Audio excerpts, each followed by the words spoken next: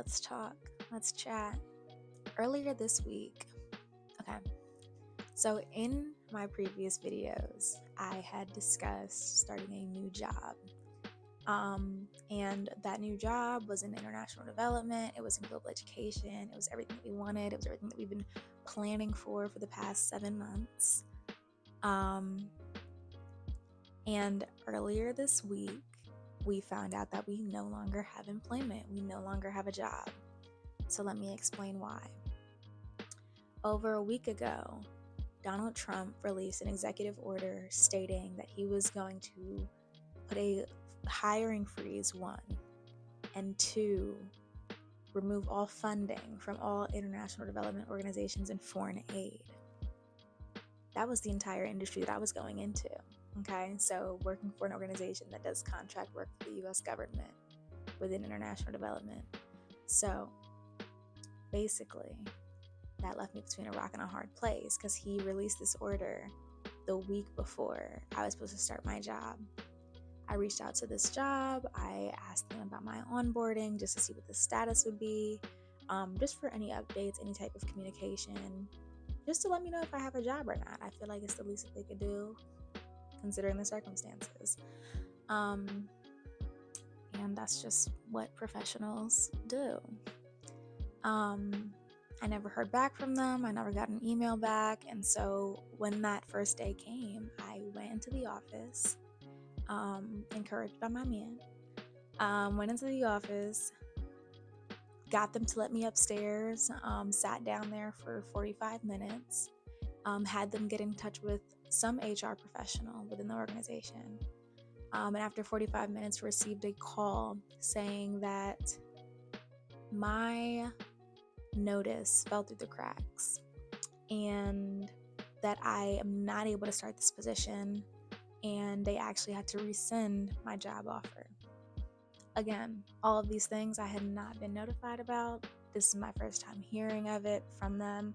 Obviously, through context clues, I could have assumed that I no longer had a job, but because this is my livelihood, this is my career at stake, I needed formal communication.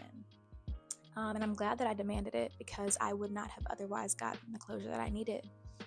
So I got off the phone with her, boom, hang up, went home, sobbed. Because when you work so hard for something for 7 months straight,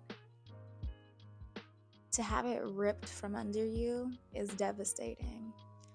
To put all of your eggs in one basket and have that basket be robbed, I've never experienced that kind of whiplash ever.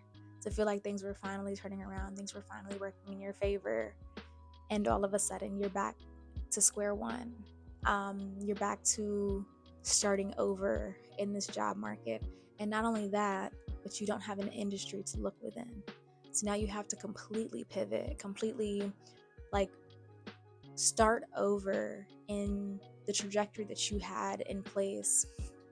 I have to sit with this, reflect on this, figure out how to piece myself back together in a way that I see fit and that makes sense with my end goals that are still the same, So it was definitely a really, really difficult week for me, having experienced all of this and still actively not knowing what's next for me.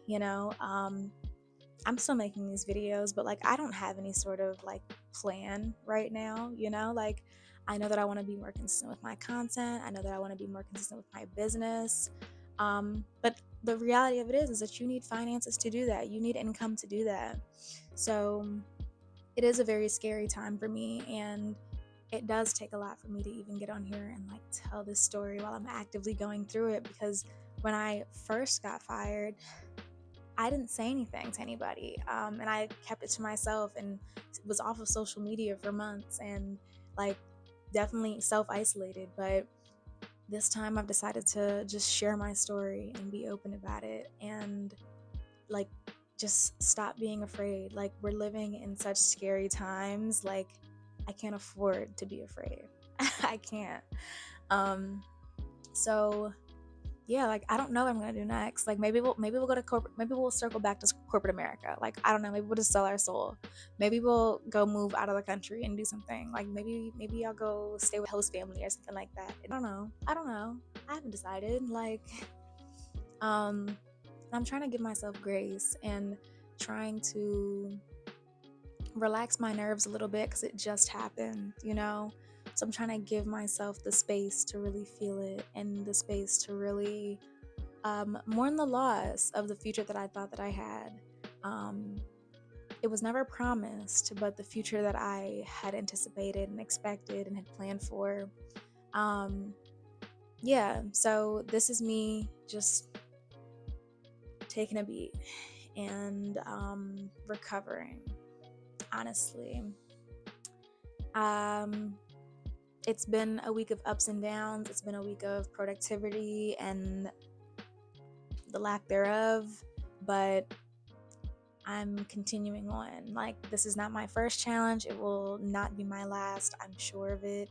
But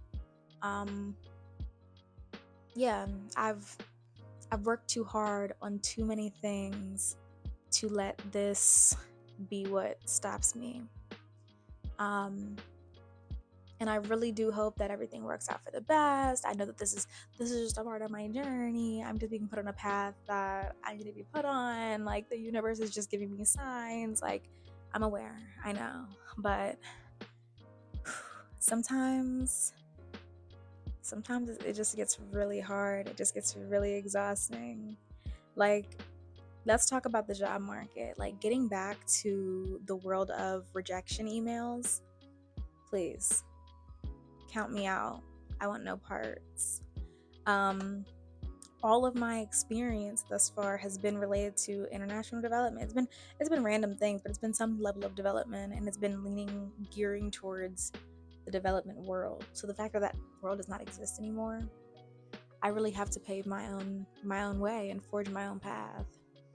And not knowing what that's gonna look like, not knowing where that's gonna land me, it's a lot of unknowns. It's a lot of closed doors that I have to just have the courage to open, you know? So we gonna see, y'all. We gonna see.